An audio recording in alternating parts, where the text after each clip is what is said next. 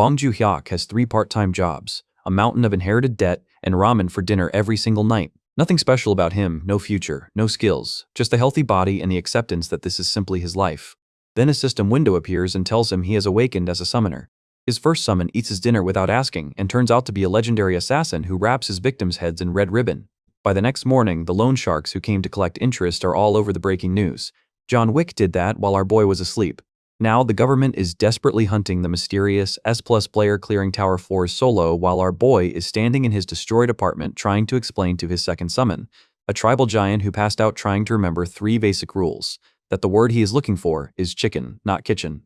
A coward, a deadly assassin, and the world's most powerful idiot. This is the most dangerous party in the tower and none of them know it yet. A young man trudges through a dimly lit alley, cursing under his breath about another dinner of instant ramen. His name is Bong Joo-hyuk, 25 years old, grinding through 3 part-time jobs just to keep up with the debt his father left behind before disappearing one day, supposedly to buy milk and never coming back. No special skills, no bright future, just a healthy body and a mountain of someone else's problems. Sounds familiar, doesn't it? He has already accepted that this is just how his life goes. The cycle never breaks, the ramen never changes. Then a system window materializes in front of his eyes, awakening, once in a lifetime, the kind of thing people write rags to riches stories about, the ultimate opportunity to flip a miserable existence into something worth living. The catch is that to actually enjoy that fortune, a person has to survive long enough to earn it. That means entering the towers, and inside those towers, the monsters are creative about endings, torn apart, frozen solid, dissolved by poison. Pick your flavor. Here is the other catch. Our boy is a coward, a certified professional-grade coward who avoids danger the way normal people avoid their exes. He squints at the notification and decides he must be hallucinating from overwork. He shouts for the status window anyway. It appears.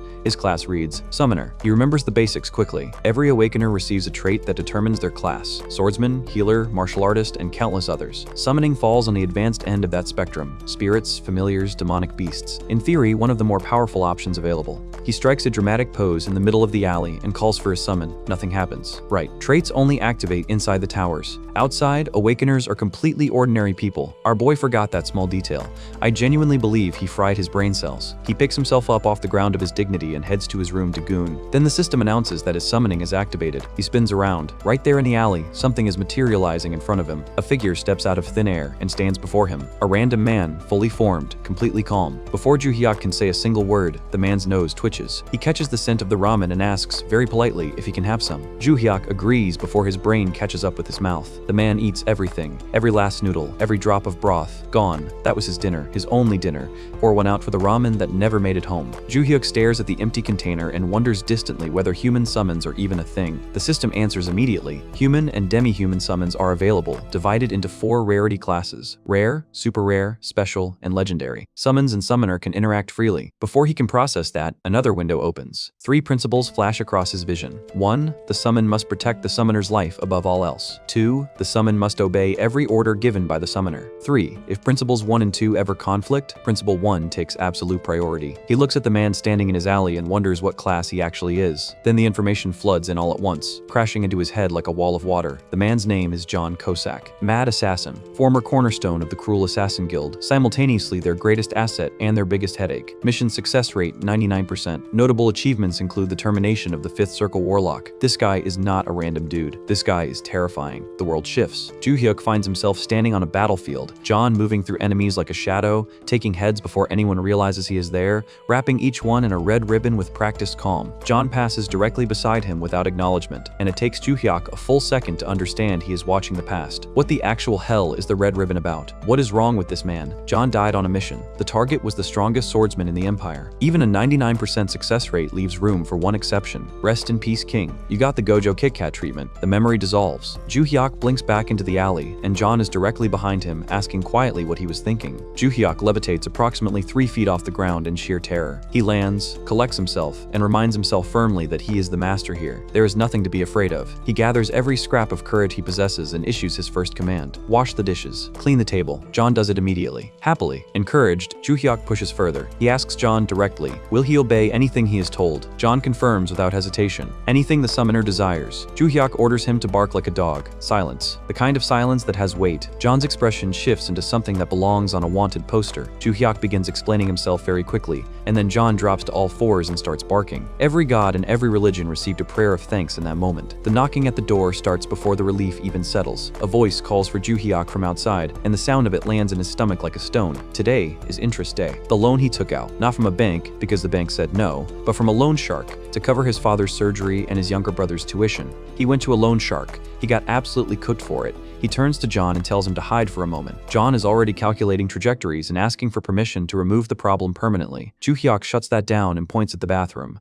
The thugs barge in without waiting. The interest has not been deposited. Ju Hyuk apologizes and transfers it immediately. One of them leans in close and whispers that he should not push himself too hard, maybe sell an organ, lighten the load a little. Another one mentions offhand that Ju Hyuk has a younger brother. The first one's eyes light up. Young ones fetch a good price. Ju Hyuk goes very still. The thug notices the look and asks with a smirk whether he is planning to do something about it. Ju Hyuk swallows everything, every word, every impulse, and apologizes. A coward cannot afford to fight back. He knows that. After they leave, John steps out of the bathroom and asks if he is alright. Ju Hyuk sits on the edge of his bed and stares at the floor. The thought of entering a tower surfaces and disappears just as fast. He tells John there is nothing to do and offers to unsummon him if he wants. John asks if he can watch television instead. Ju Hyuk says yes. Later, lying in the dark with the sound of the TV in the other room, Ju Hyuk thinks distantly that it has been a long time since the apartment felt like someone else was in it. He falls asleep before he finishes the thought. Poor bastard. Morning comes with an alarm and an empty apartment. John has already been unsummoned. Ju Hyuk drags himself to the bathroom, picks up his toothbrush, and turns on the news. Breaking report. A loan shark operation called Smile Cash has been found dead, every single one of them, heads wrapped in red ribbon. Ju Hyuk stares at his own reflection in the mirror and says several things that cannot be broadcast. Congratulations, John. You are officially John Wick from this point forward. Thug's face staring back at him. He blinks. It is just a customer. He apologizes and gets back to work. That night after his shift, he walks home carrying a weight that has nothing to do with debt. The men are dead. He did not order it. He did not want it. But it happened because of him, and the guilt of that sits in his chest and refuses to move. He summons John Wick anyway. The system stops him first. Before the summon completes, a rating prompt appears. Previous interaction requires evaluation. Ju Hyuk thinks about the red ribbons and the breaking news, and his hand hovers over the lowest possible score. Then he thinks about why John did it, and he thinks about his mother, who spent years working customer service and came home exhausted every night talking about how much ratings actually mattered to the people on the other end. He gives 3 stars. John Wick materializes immediately, practically vibrating with gratitude. He thanks Ju Hyuk for the rating and promises to work even harder next time. Then he asks for his orders. Ju Hyuk asks him directly, did he kill those men? John Wick confirms it without a flicker of hesitation or guilt. The PTSD hits like a freight train. Ju Hyuk breathes through it and reminds himself that John Wick will not hurt him. He asks how he even found their office. John explains that he planted a tracker's mark when the thugs forced their way into the apartment. Standard precaution. Ju Hyuk asks why he went that far. John's answer is simple. They represented a threat to the summoner's life. Under the third principle, eliminating that threat superseded the order to hide in the bathroom. This man planted a tracker on loan sharks during a debt collection visit. Casual Tuesday for John Wick. Ju Hyuk calls it psychotic and means it. He runs the scenario in his head, walking down a crowded street with John Wick, accidentally bumping into someone, and finding a red ribbon situation within the hour. He tells John Wick plainly that killing people does not solve problems, it creates worse ones. Unless a knife is literally at his throat, restraint is the expectation from now on. John Wick agrees immediately. Then John Wick asks whether Ju Hyuk has given any thought to climbing the tower. The fist clenches without thinking. The tower has not crossed his mind as a real option. Not once. The fear does not allow it to get that far. He admits out loud, quietly, that he is a coward. John Wick stops him. He tells Ju Hyuk he is the greatest summoner he has encountered across every master he has served. He adds that prioritizing safety is not cowardice, it is intelligence. Then he ruins the compliment slightly by admitting that his real concern is that if Ju Hyuk dies from something stupid, he cannot be summoned again. He would like Ju Hyuk to live a long, comfortable life. He will handle all the difficult parts. John Wick is basically a deadly golden retriever, and I love him for it. Morning arrives too early. Ju Hyuk did not sleep properly. The tower question kept surfacing every time he closed his eyes. He decides over breakfast that the answer is no. Too dangerous. Not worth it. Normal job, normal life, keep the head down. His father calls. They talk about nothing important for a few minutes. Then his father mentions, carefully, that Ju Hyuk's mother was let go from her job. He says not to worry, they will manage somehow. He asks if Ju Hyuk can find time to come for a meal together. Ju Hyuk hangs up and sits with that for a moment. Then he gets up and starts getting ready to enter enter the tower. The costume he assembles for this is genuinely one of the worst things ever put on a human body. I will not elaborate. Just know it is bad. He reaches for the summon and stops himself. He's been thinking maybe a different summon would be better for tower climbing, less red ribbon energy. He attempts to pull up an alternative. The system informs him that all other summons are on a 1-month cooldown. John Wick materializes anyway. Joo Hyuk considers whether John Wick somehow knows he was just trying to summon someone else. He decides not to think about that too hard. He welcomes John Wick and tells him he has decided to enter the tower. John Wick immediately advises against reckless decisions. Joo Hyuk says he just wants a taste of it. John Wick looks at the costume, decides not to comment on it, and tells him to throw it away. He also tells him not to worry about a single thing. Everything will be handled. The system asks if he wishes to enter the tower. Joo Hyuk confirms. The floor disappears. The inside of the tower greets Bong Joo-hyuk by making him throw up immediately. Motion sickness from the entry drop. He recovers, wipes his mouth, and they start moving. The system activates the moment they step forward. Physical stats enhanced, combat skills and traits now available. A mission appears. Eliminate 5 fat grubs within the time limit. Failure results in death. John Wick locates the grubs almost immediately. They are exactly as disgusting as the name suggests. I'm not describing them further. Joo Hyuk recalls that the first floor is essentially a training ground. These monsters exist to test basic combat instincts. Most hunters take around 30 minutes to work through them given how tough their exterior is. He is a hunter now too. He should probably contribute. He heads toward the nearest one with purpose. He forgot his weapon. He turns to ask John Wick for something to use. The grub in front of him stands up. It moves toward him. It appears to be attempting to make contact with his face. He calls for John Wick at a volume that probably echoed through several floors. John Wick is already moving. The distance closes in an instant. A single strike lands and the grub folds. Without pausing, John Wick launches himself at the remaining 4, throwing them skyward, drawing his blades midair, and detonating every single one before they hit the ground. He walks out of the smoke looking like a movie poster. Mission complete. S+ rating. Platinum badge awarded. Our boy's contribution to this mission was standing in one place and screaming, S+ rating. Peak performance. Joo Hyuk stares at his rewards and forgets about everything else for approximately 45 seconds. Money. Actual money. Earned in 3 minutes. The system broadcasts the S+ completion to every active hunter simultaneously. They return home. Joo Hyuk checks the time. 3 minutes from entry to exit. He looks at John Wick and says he was basically just standing there doing nothing. John Wick tells him that was precisely what he did best. He got roasted by his own summon. Respectfully, the rewards get sorted. Mana stones. Useful industrially, though prices have dropped recently. 100 grams runs about 50,001 these days. The platinum badge is the surprise. He's never heard of one before. He checks the total and the number that comes back makes him sit down. That night, he takes John Wick out for a proper meal. John Wick smells the food from outside and accelerates. They eat well. Lying in bed later, Joo Hyuk thinks about it clearly for the first time without the fear getting in the way first. Tower rating with John Wick is manageable. Maybe more than manageable. He starts building a schedule. Part-time work, meals, tower raids, sleep, everything mapped out. The next morning he calls for John Wick, who thanks him immediately for the 5-star rating. Joo Hyuk asks whether the rating system actually matters that much. John Wick confirms it does. Higher ratings translate directly into better performance benefits. They enter the second floor. 10 fat grubs this time, and faster than the ones before. Joo Hyuk watches them approach and estimates it might take slightly longer than the first run. John Wick tells him 3 minutes. Joo Hyuk promises fried chicken and cold beer at the finish line. John Wick's entire energy shifts upward immediately. 3 minutes later, mission complete. S+, another platinum badge. They do not stop at the second floor, third floor, fourth, fifth. Each one cleared with the same efficiency, the same rating, the same result. By the time the 5th platinum badge registers, a new notification appears. Summoning capacity increased to 2 summons. TWO. Our boy's brain completely short-circuits from the possibilities. He checks the details at home and finds a 20-day cooldown before the second slot opens. He decides immediately that he can wait 20 days, then 2 summons destroying everything in the tower while he stands in the back living his best life. Meanwhile, inside a government building, a man sits at his desk staring at nothing in particular, clearly waiting for something. A woman appears beside him without warning and whispers in his ear asking if he is waiting for an announcement. He jumps. The man is Jian Guang-il, team leader. The woman is Li Min, section chief of the Awakened Management Agency. She informs him that yes, there is an announcement. The 6th floor has been cleared with an S+ rating. Again, Jian leans back. Multiple S+ floor clearances, all solo, no party registered. He muses that the player might be Sung Jin-woo or someone at that level. Bro really said Sung Jin-woo. The delusion is astronomical. Director Park Kyung-soo arrives and immediately removes any room for speculation. He lays it out plainly. Korea's previous best rating was A-class. An S+ rating is the kind of result that makes other countries start making financial offers to get the player to switch nationality. Before that happens, they need to find this person and lock them in. He orders immediate recruitment action. 2 days later, John Wick is doing the dishes. He is also sweeping the floor. He is also folding laundry. Joo Hyuk sits on the couch reviewing their tower progress and concludes that everything is running smoothly. They enter the tower. The mission targets red thorn frogs this time. The frogs lunge the moment they detect the duo's presence. They do not get a second attempt. John Wick moves through them in seconds, and the system registers mission completion before the last one hits the ground. Rewards: 5 healing potions and a platinum badge. Back home, Joo-hyuk compliments John Wick on the work. He reaches for his wallet to add something extra. The wallet is a physical representation of his financial situation. It is essentially a folded piece of cardboard at this point, but John Wick stops him. He does not need money. The work was the assignment. If Joo-hyuk genuinely wants to reward him, fried chicken and television access will suffice. Joo-hyuk tallies the Mana Stone haul, approximately 3.5 kilograms. That converts to roughly 1.8 million won. He sits with that number for a moment. The raids continue. 1 floor per day, consistent, efficient. Everything is running so smoothly that Joo-hyuk starts getting comfortable, dangerously comfortable.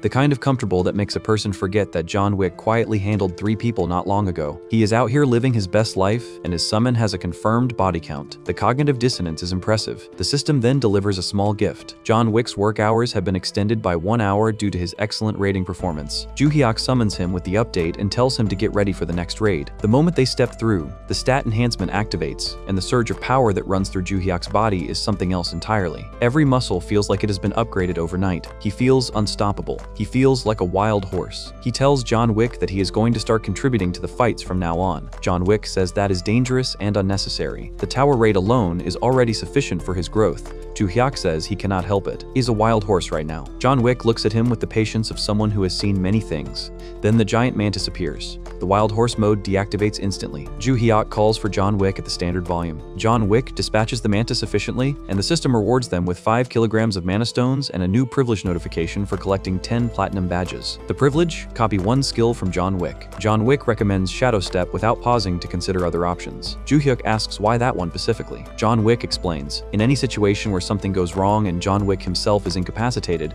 Shadow Step gives Joo-hyuk the means to escape on his own. It is the most practical choice for keeping the summoner alive. John Wick just indirectly told him he is too weak to fight and needs a getaway skill. Joo-hyuk felt that one. He picks Shadow Step anyway and immediately heads outside to test it. He sprints back and forth across the apartment complex until his lungs give out. The system informs him the skill only functions inside the tower. He lodges a formal complaint to no one in particular. Later that day, he calls the Awaken Management Agency and reports his awakening. The person on the other end reacts with the energy of someone who just won something. They ask if the agency can send someone to verify. He agrees and gives his address. Across the city, Lee Min-ah is getting into a car. Jian asks if she found anything on the S+ player. She tells him no. He sighs. Lee Min-ah mentions there is a new awakening application to process. Jian agrees to it. Every new awakener is a potential lead. Back at the apartment, Joo-hyuk is cleaning at a speed that suggests the place has never been cleaned before. A knock at the door.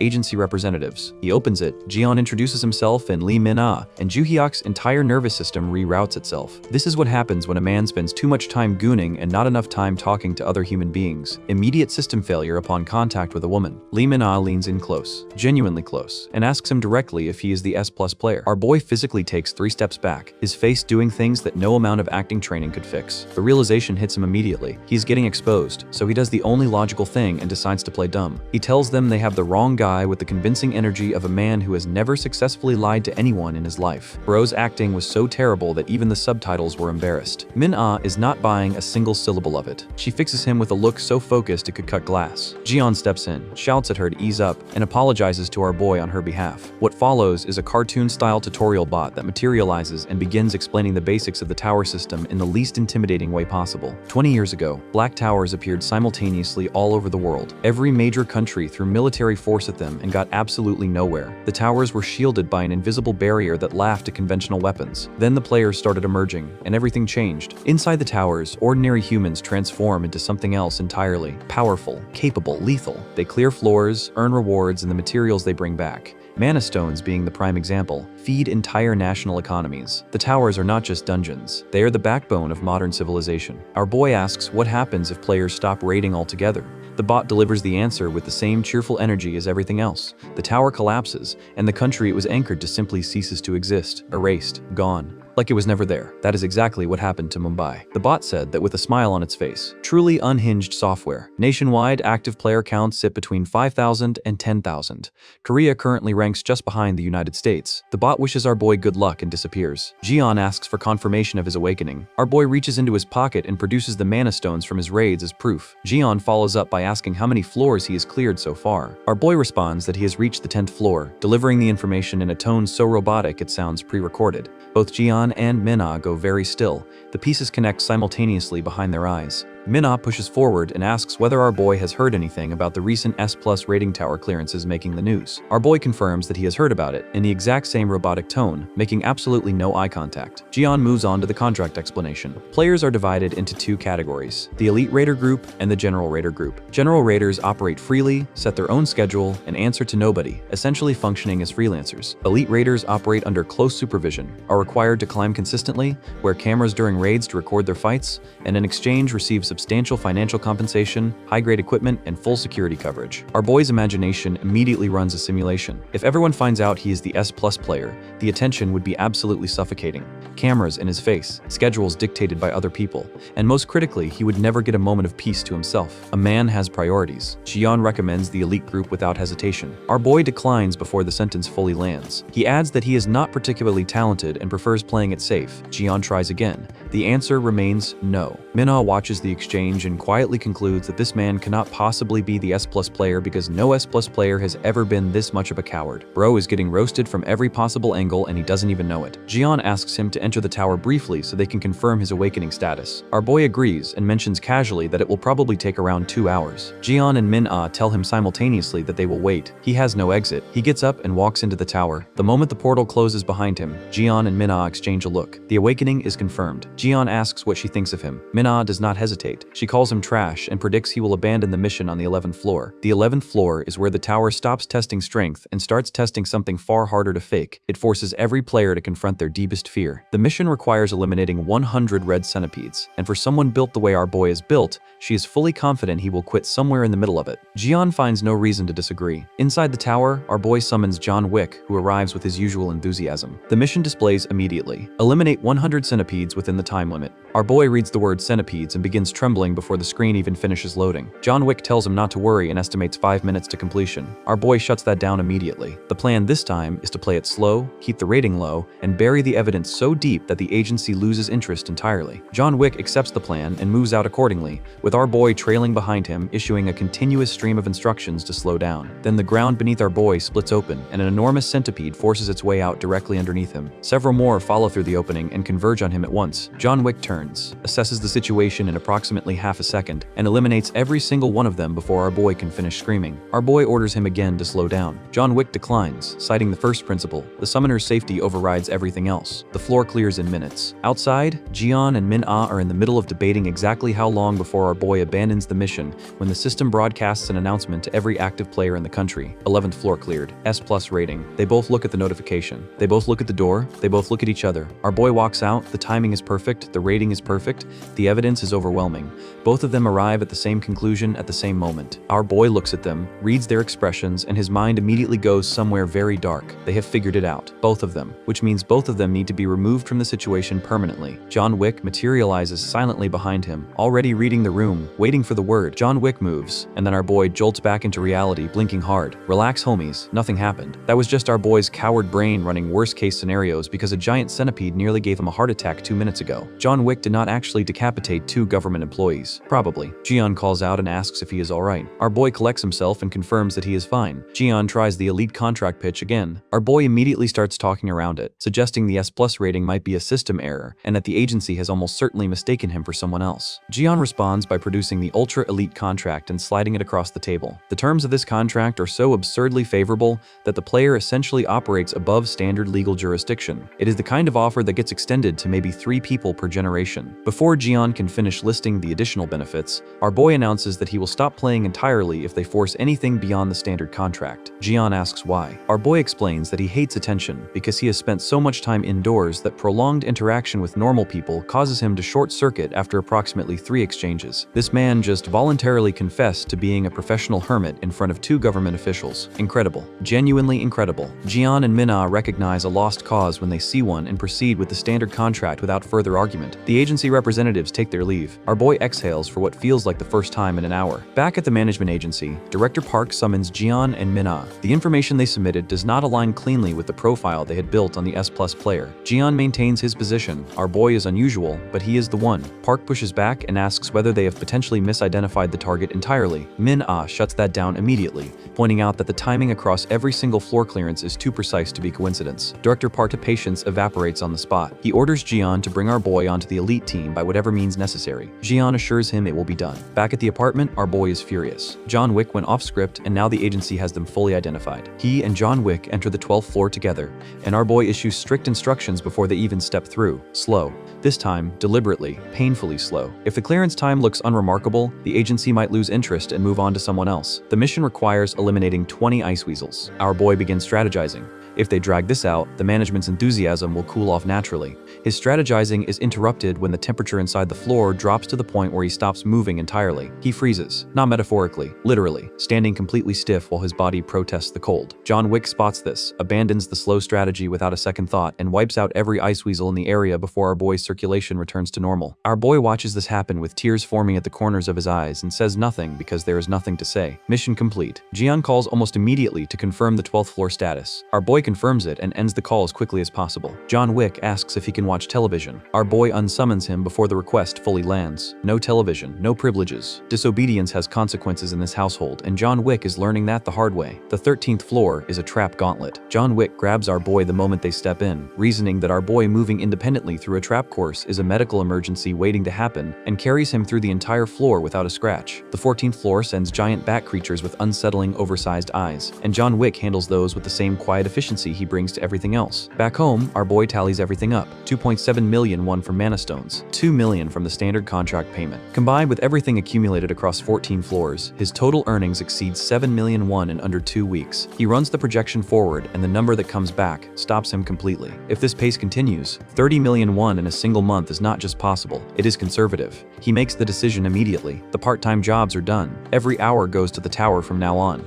From 3 jobs and instant ramen to 30 million a month. The glow-up is absolutely unhinged. The next morning, he summons John Wick, who drops to one knee and thanks him for the rating before anything else. Our boy tells him the strategy is changing. The agency has already figured everything out, so there is no longer any reason to hold back. Full effort from this point forward. Maximum rating, maximum rewards. John Wick stands, adjusts his posture slightly, and asks if he is ready. Our boy went from hiding his identity and begging John Wick to go slower to saying, forget it, let's get greedy. Character development at its finest. Honestly though, same. Every single one of you would do the exact same thing. Do not even pretend otherwise. Inside the tower, the 15th floor mission requires eliminating 20 goblin warriors. These are not the standard low-intelligence cannon fodder that the earlier floors threw at them. These goblins coordinate, communicate, and think. The kind of tactical awareness that belongs in a military briefing, not a dungeon floor. If you have seen Goblin Slayer, you already know exactly the kind of nightmare this is. My condolences. John Wick immediately identifies the critical variable. If even one goblin escapes the engagement, it will return with a full horde, and the mission parameters will become significantly more complicated. He instructs our boy to stay back and activates sheath mode,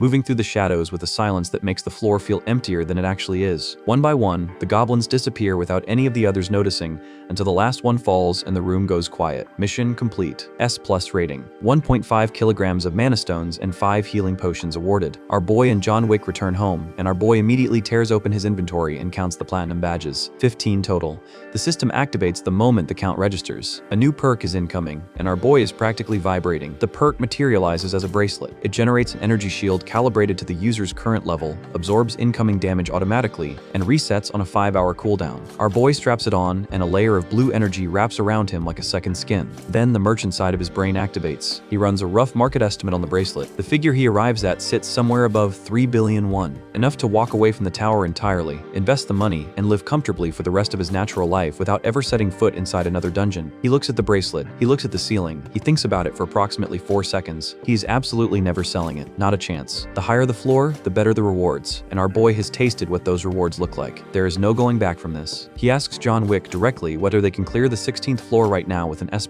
rating. John Wick confirms the clearance is achievable but cannot guarantee the rating. The dream cracks slightly. Our boy connects the dots. His own stats are holding the performance ceiling down. He needs to level up before pushing forward, which means the 16th floor goes on pause. Meanwhile, at the agency, Director Park is losing patience. He asks Jian and Minna how long our boy has been stalled on the same floor. Minna informs him that it has been half a month without any upward movement. Park grabs his hairless head with both hands and announces that they have wasted their investment. Jian pushes back, pointing out that the difficulty scaling after the 16th floor is a known spike and that patience is the correct call. Then a message notification arrives on Jian's phone. Our boy is requesting access to the player shop. Director Park's entire energy shifts in an instant. Jian works it out immediately. Our boy has been farming the 15th floor repeatedly for half a month, stockpiling mana stones, building up enough capital to purchase proper equipment before attempting the next stage. Park curses himself loudly for dismissing our boy without understanding what he was actually doing, then orders the team to approve any item our boy requests at 50% of the listed price. The story rewinds 15 days. John Wick stands in the apartment looking at our boy with the expression of a man who has been asked something deeply unreasonable. Our boy wants John Wick to stab him, just once, just to test whether the energy shield actually works the way the description says it does. John Wick refuses immediately and comprehensively. Our boy argues that there is no actual danger involved. John Wick begins selectively losing his hearing in real time,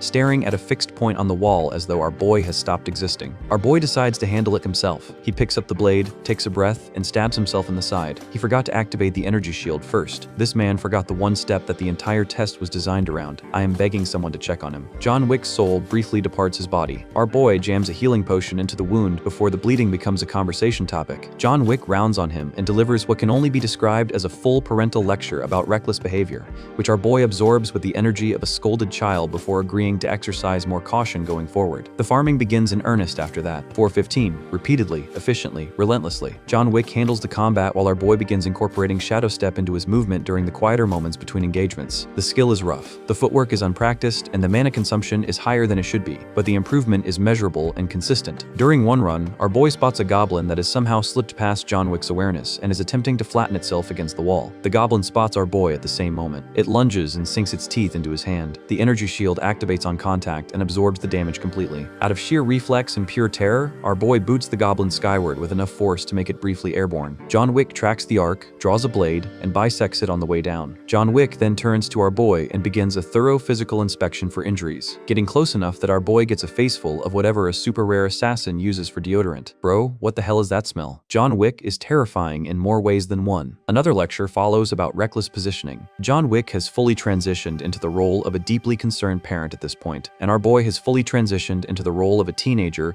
who keeps doing the exact thing he was told not to do. By the end of the half-month grind, the mana stone stockpile sits at 22 kilograms. Converted to 1, that lands at roughly 12 million. Our boy calls Jian, and Jian sends a limousine. A limousine for the man who was eating ramen alone in an alley 2 months ago. The universe works in mysterious ways. Jian meets him at the entrance to the player shop and welcomes him inside. Our boy steps through the doors, takes in the interior, notices the complete absence of other customers, and immediately concludes that the prices must be astronomical. He is not wrong about the prices, he is just not paying them. He sells his mana stone stockpile at the counter and confirms that the funds are available for immediate use. Back at the agency, Director Park checks in on the shopping progress. Jian reports that everything is running smoothly and that the discount has been set at 90%. Our boy rejected the idea of receiving anything for free outright, so the compromise was the lowest price that could still technically be called a purchase. That evening, our boy is sitting on the floor of his apartment surrounded by his new acquisitions: an adamant mace, basilisk leather walkers, combined market value somewhere around 20 million won. What he actually paid sits just above 5 million. He stares at the equipment, feels the familiar irritation of being given special treatment, and then quietly feels the opposite of that underneath it where nobody can see. He hates the attention. He loves the discount. He will take both and complain about one of them. He acknowledges out loud that he originally had no intention of pushing further into the tower. The rewards keep making that intention impossible to maintain.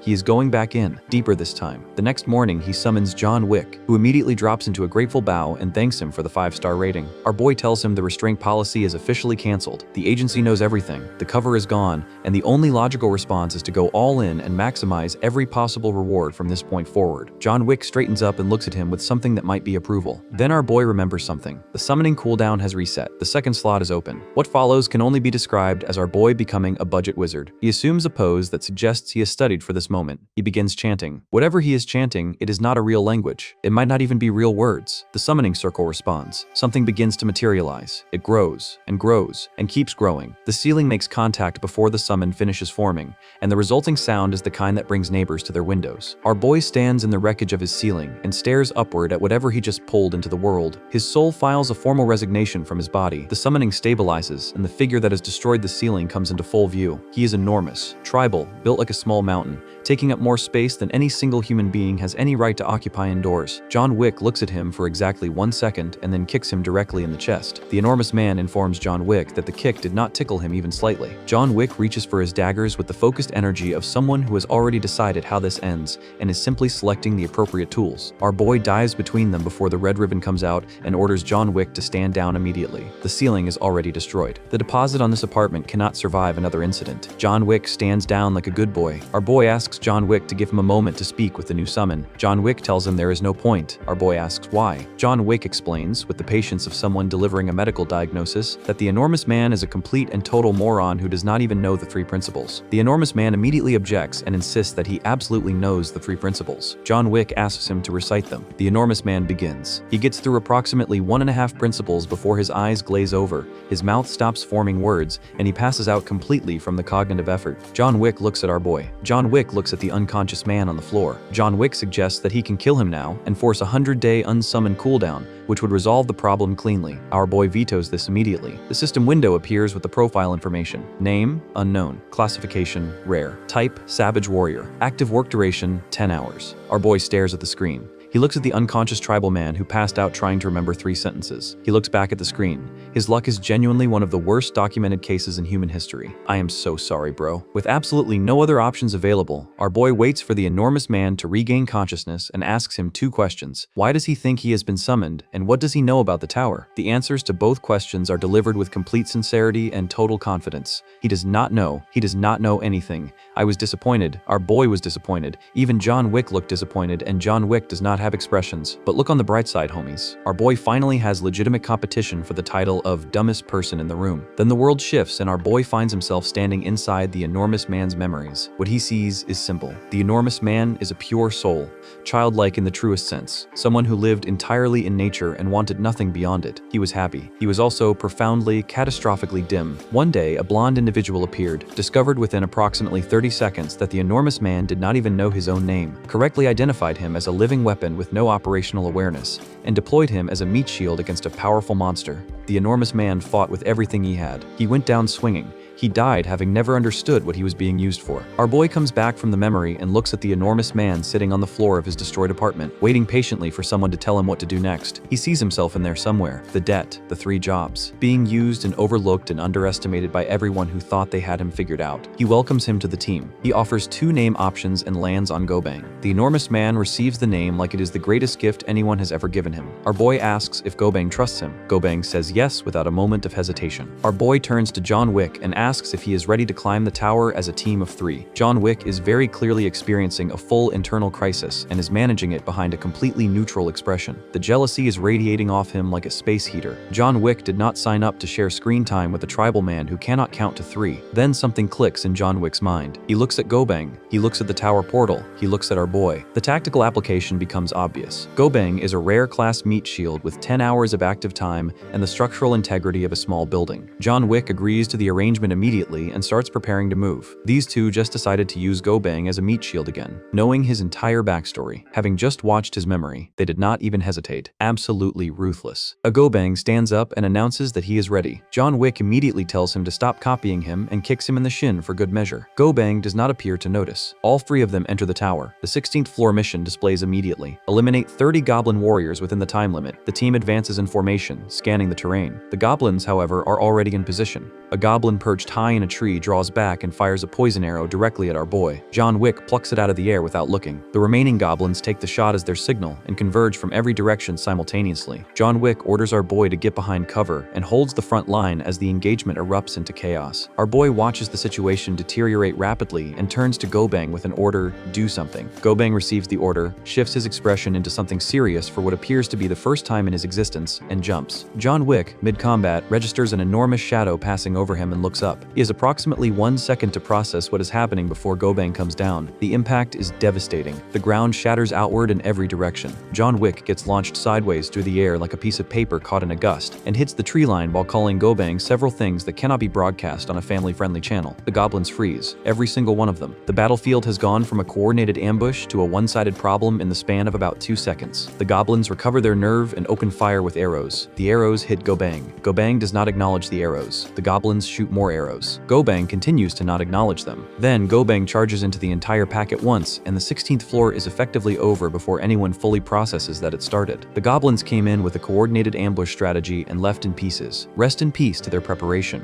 Afterwards, Gobang sits on the ground consuming fried chicken with the focused dedication of someone who has never experienced anything better in his life. Our boy compliments his performance genuinely. John Wick stands nearby, radiating a very specific energy, the energy of someone watching their person give attention to someone else and calculating how long before they can reasonably throw a punch about it. Gobang looks at our boy and, with complete sincerity, tells him he is a good person and that he would give his life for him. Then he adds that as long as our boy provides him with kitchen, he will follow him anywhere. Our boy agrees that food is absolutely on the table as a reward for good performance. John Wick processes the word kitchen for approximately 1 second, then sucker punches Gobang directly in the face and informs him through gritted teeth that the word he is looking for is chicken, not kitchen. Chicken. Our boy rounds on John Wick and begins a lecture about manners and basic decency that would make a disappointed parent proud. And then our boy proceeded to completely forget every single thing John Wick has done and call him a bastard. The audacity, the hypocrisy, the absolute nerve. We love him for it. The next morning, all three of them enter the 17th floor. The stat enhancement activates the moment they step through, and our boy feels the surge run through his body from his feet to his fingertips. His muscles feel different. His posture straightens on its own. The wild horse energy is creeping back in, and it is telling him things. Specifically, that he should be fighting this time. He announces to John Wick and Gobang that he will be participating in combat today. Both of them tell him to stay where he is. At the exact same time, in the exact same tone, Gobang has known our boy for approximately 12 hours and is already telling him to sit down and stay out of the way. The man learned fast. The roast came from inside the team and it hit harder than anything the goblins could throw. The mission requires eliminating 30 warrior goblins. Our boy has done his research. He found a documented counter strategy online that recommends retreating to a safe position upon first contact, waiting for the goblin formation to naturally fracture, then eliminating each subgroup individually until the mission clears. It is a methodical approach. It is tactically sound. Many experienced hunters have used it successfully. Our boy looks at Gobang. He tells Gobang to charge directly into all of them at once. Gobang charges. The 30 warrior goblins, with all their tactical coordination and strategic positioning, encounter Gobang. The poor bastards never stood a chance. And that's a wrap, homies. Hope you enjoyed the ride. Drop your thoughts below and hit subscribe for more spicy recaps. Till next time, sayonara.